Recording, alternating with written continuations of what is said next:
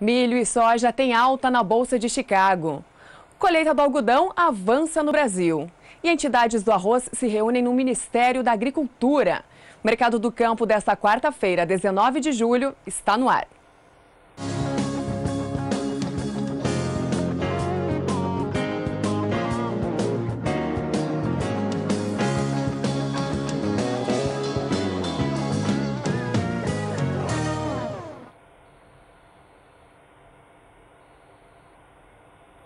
Olá, eu sou Sara Kirchhoff e falo ao vivo dos estúdios da B3 em São Paulo.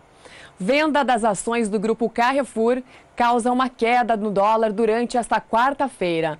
Ontem nós mostramos que o dólar atingiu a mínima cotação desde o dia 16 de maio, chegando a R$ 3,15. E no meio da tarde de hoje, a mínima foi de R$ 3,14. Essa venda das cotações do Grupo Carrefour fez com que um grande volume de dólares entrasse no Brasil. Com isso, então, a moeda americana terminou mais uma vez em queda nesta quarta-feira de 0,25%, encerrando a R$ 3,15. Enquanto isso, o Ibovespa, o índice que aponta o volume de negócios com as principais ações de empresas brasileiras negociadas aqui na Bolsa, encerra aos 65.179 pontos, uma queda de 0,24%. Queda no dólar, queda no Ibovespa e queda também no índice de confiança no agronegócio por parte dos empresários. É o que mostra um levantamento feito pelo Departamento do Agronegócio da Federação das Indústrias de São Paulo, a Fiesp, e também da Organização das Cooperativas Brasileiras. Esse índice aponta para uma queda de 8,2 pontos. Do ano passado para cá, o índice passou de 100 para 92. Para que esse índice seja considerado otimista, ele tem que estar acima dos 100 pontos, o que não aconteceu nesse caso. A queda de confiança foi mais acentuada entre as empresas de indústria e também de insumos.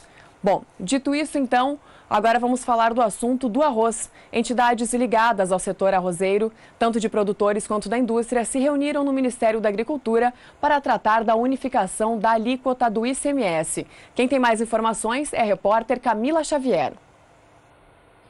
A unificação das alíquotas do ICMS para produtos da cesta básica é o objetivo da proposta de emenda à Constituição 155 de 2015 e foi um dos assuntos da reunião composta por representantes da indústria do arroz no Ministério da Agricultura.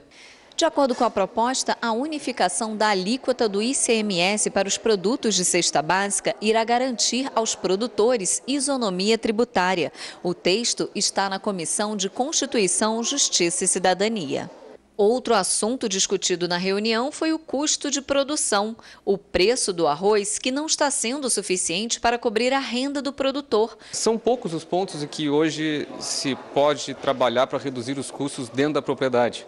O produtor gaúcho é extremamente eficiente, o Rio Grande do Sul tem índices de produtividades recordes, a ponto de que a gente fala dos uruguaios, argentinos, os produtores que lá produzem são gaúchos, os produtores que produzem o arroz sequeiro, arroz de irrigado também no norte do país também, grande parte são gaúchos, ou seja, a gente é, querendo ou não, um exportador de produtores pelo know-how, pela condição, a capacidade que eles têm.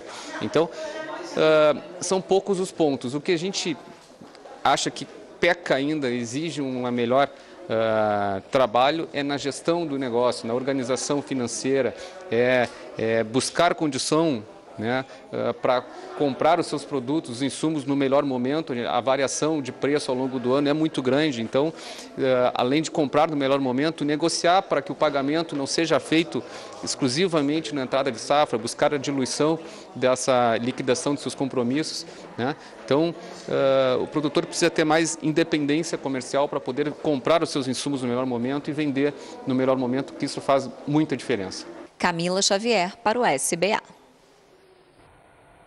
Bom, como você viu na reportagem, um dos principais desafios do setor arrozeiro é elevar, então, o preço mínimo da saca de 50 quilos de arroz. Neste mês, o Ministério da Agricultura publicou uma portaria elevando, então, esse preço mínimo de R$ 29,67 para R$ 34,97. Essa elevação, que representa uma elevação histórica no preço mínimo praticado do arroz, ainda não é considerada suficiente pelas entidades que dizem que a mínima deveria girar em torno dos R$ 45 para cobrir os elevados custos de produção. Mas essa conquista de uma elevação de mais de 18%, de quase 18% em cima do preço mínimo do arroz, representa uma luta e uma união de entidades do Rio Grande do Sul, representantes do setor, como o Instituto Rio Grandense do Arroz, a Federação da Agricultura do Estado e a Federação das Associações dos Arrozeiros, que esperam então que esse valor fique ainda acima do que foi conquistado agora este mês pelo Ministério da Agricultura, portanto. Lembrando que o Rio Grande do Sul é responsável por cerca de 70% da produção de arroz no país. Dito isso, vamos ver como estão os preços do arroz de acordo com o CPEA. Indicador CPEA mostra então para uma queda na saca de 50 quilos. No dia 12 de junho, a saca de 50 quilos era negociada a R$ 40,32 e hoje, ontem, no último levantamento do CPEA, ela encerrou em R$ 40,11. O arroz, então, em queda, portanto, na última semana. O Mercado do Campo faz o primeiro intervalo de hoje. Daqui a pouquinho a gente volta com as cotações do café.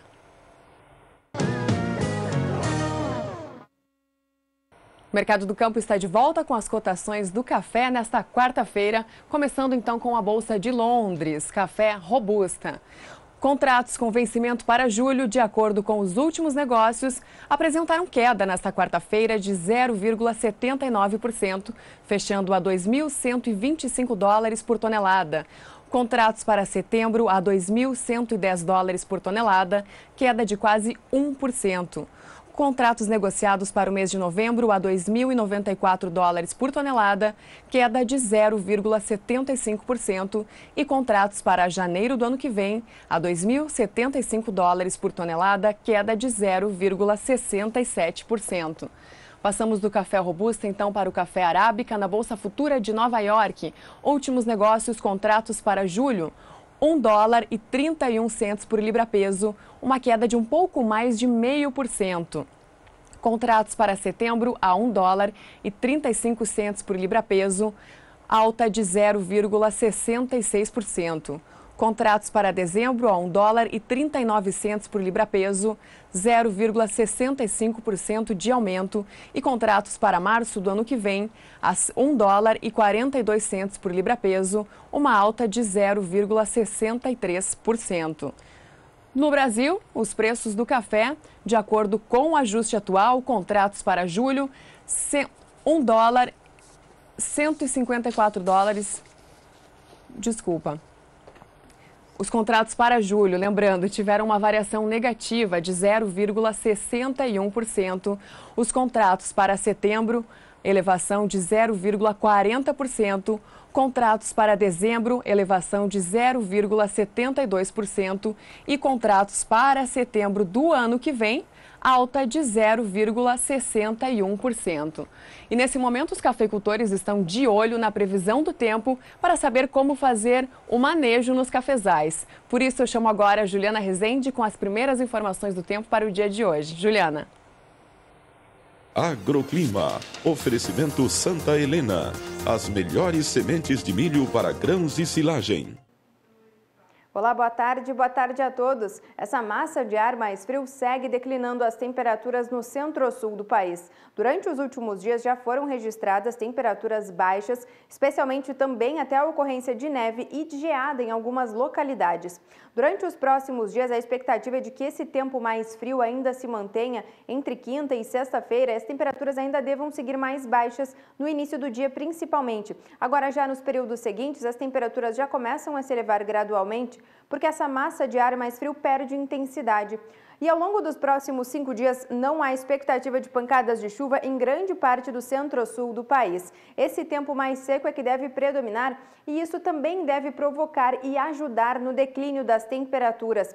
Na região sul, pode fazer até 0 grau na Serra Catarinense e entre o Rio Grande do Sul e também o Paraná, as mínimas ficam entre 3 e 4 graus. Ainda com risco para geada, especialmente entre quinta e sexta-feira. Agora, durante os próximos dias, a expectativa é de predomínio de tempo seco na maior parte do centro-sul do país, com pancadas agora em partes do Rio Grande do Sul, especialmente naquelas áreas onde fazem fronteira com o Uruguai. Agora, no Nordeste Mineiro e também partes do Espírito Santo, pode chover ainda pancadas mais isoladas e também de baixos acumulados, isso por conta da influência dos ventos úmidos que sopram do oceano. Agora, durante este período, essa massa de ar mais frio volta a perder intensidade. Agora as temperaturas já se elevam gradualmente. Na Serra Catarinense pode fazer 8 graus no início do dia e agora já sem riscos para episódios de geada. Volto com você no estúdio.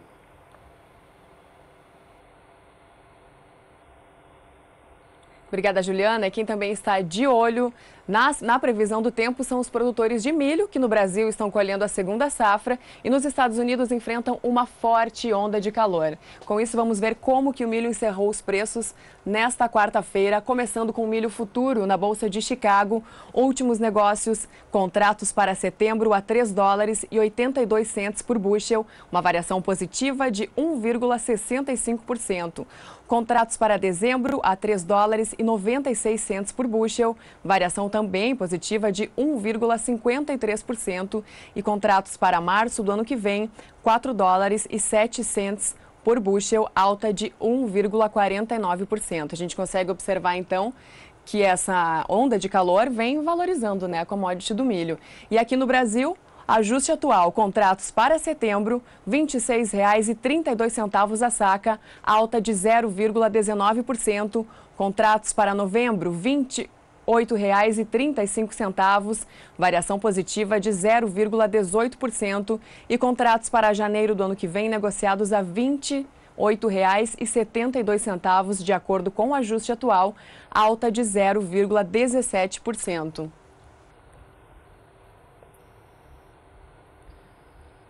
Bom, de cotações por enquanto era isso.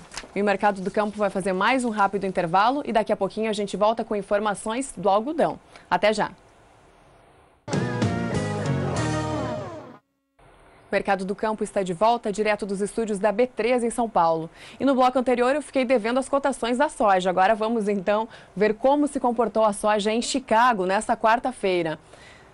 Vencimentos para agosto, de acordo com os últimos negócios, $9,99 por bushel, uma alta de quase 1%.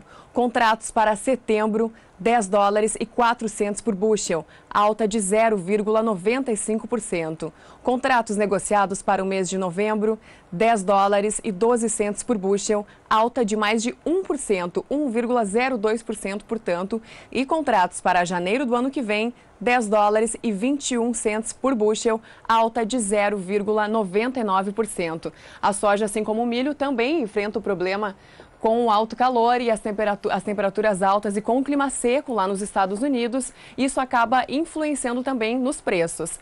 Mas para saber como que está a previsão do tempo aqui para o Brasil, eu chamo mais uma vez Juliana Rezende, dos estúdios da SOMAR.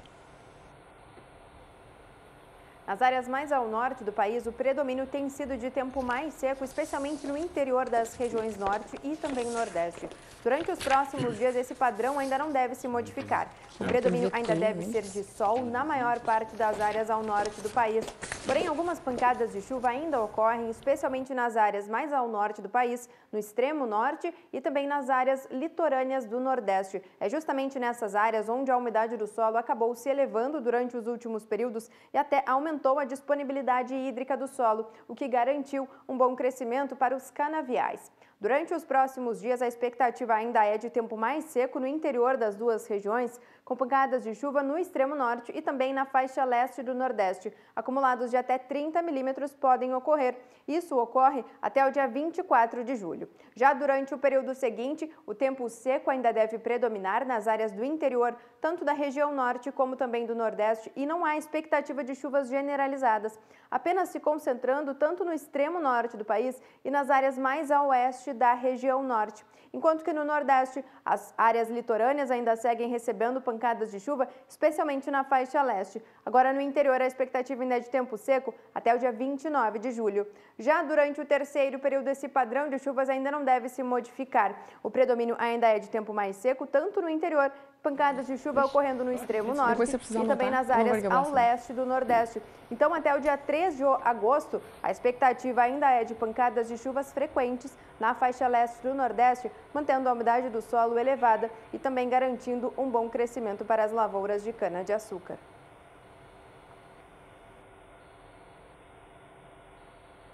Tá certo, Juliana. E o Brasil está em plena colheita de algodão e a repórter Miriam Valadares foi até uma propriedade acompanhar os trabalhos. Assista. O vai e vem das máquinas dá ritmo à colheita do algodão na maior região produtora de Mato Grosso do Sul. Na Fazenda Planalto, que fica no município de Costa Rica, os trabalhos seguem até o final de agosto. A Fazenda Planalto hoje está com 20% da área colhida, né? São 7.702 hectares e hoje está com cerca de 1.500 hectares já colhidos. Realizamos a implantação da cultura em dezembro, foi um mês de distribuição de chuva boa, então não comprometeu a instalação do algodão. Em janeiro, apesar de termos um pouco mais de chuva também não comprometeu o desenvolvimento da cultura. Num balanço geral, ao longo de toda a safra, o clima foi bastante favorável para a cultura do algodão. E quanto ao surgimento de pragas e doenças, houve algum problema? Os materiais com não tecnologia BT, né, que são materiais convencionais, tivemos uma forte pressão de pragas esse ano e com relação à doença foi um ano de boa sanidade da lavoura. A ramulária, que é a principal doença do algodão, esse ano não prejudicou em termos de produtividade a Fazenda Planalto. 26% da área de cultivo de algodão de Mato Grosso do Sul é da Fazenda Planalto. A propriedade produz por hectare 310 arrobas de algodão em caroço. Deste total, 10% fica no mercado interno e 90% vai para exportação. Hoje a SLC Agrícola como um todo, né, a empresa, são quase 400 mil hectares de cultivo e cerca de 25% da área com algodão. Como é uma cultura que exige maior investimento, maior tecnologia, tendo um custo por hectare estimado numa média de R$ 8.500, ela é responsável por 50% do faturamento da SLC Agrícola. Um dos grandes fatores disso é porque a gente consegue fazer uma exportação de cerca de 90% dessa pluma, obtendo melhores preços aí do que na comercialização no mercado interno. Outro ponto a favor é que a algodoeira fica na fazenda, o que garante maior agilidade ao processo. O benefício do algodão, a partir que ele chega do campo, basicamente consiste na limpeza, ou seja, retirada de impurezas como folhas, galhos e a separação do caroço da pluma do algodão. Então, até o processo final, que é a confecção do fardinho em pluma, que é então destinado para a indústria têxtil. E com o avanço da colheita, o algodão em pluma vem tendo uma queda no mercado interno. Vamos acompanhar aqui no painel o levantamento do CPEA para o algodão em pluma, então, no Brasil. Do dia 11 de julho até ontem, quando foi feito o último levantamento do índice do CPEA, o produto passou de R$ 2,56 por libra-peso para R$ 2,52. No acumulado dessa última semana, a queda do algodão em pluma chega perto dos 5%. Já o algodão futuro na Bolsa de Nova York também teve uma queda nos contratos negociados para o mês de outubro de 0,14%. Mas este ano os preços pagos pelo algodão em pluma estão em alta. No entanto, essa fase de cotações em alta deve mudar no ano que vem. Essa é a previsão do analista de mercado do Rabobank, Vitor Iqueda, que conversou com o Walter Pulga Júnior aqui na B3. Acompanhe. Vitor, obrigado por ter vindo aqui mais uma vez. Vamos agora falar de algodão. Além do mercado de grãos, milho e soja, o Vitor acompanha no dia a dia, faz relatórios constantes para o Rabobank, ele estuda também o mercado de algodão. E a pergunta é, o algodão tende a recuperar preço no mercado ou a pressão vai continuar? Olha, o algodão a gente divide em duas frentes. Vamos falar primeiro da safra 16-17 aqui no Brasil, essa que vai entrar em colheita agora.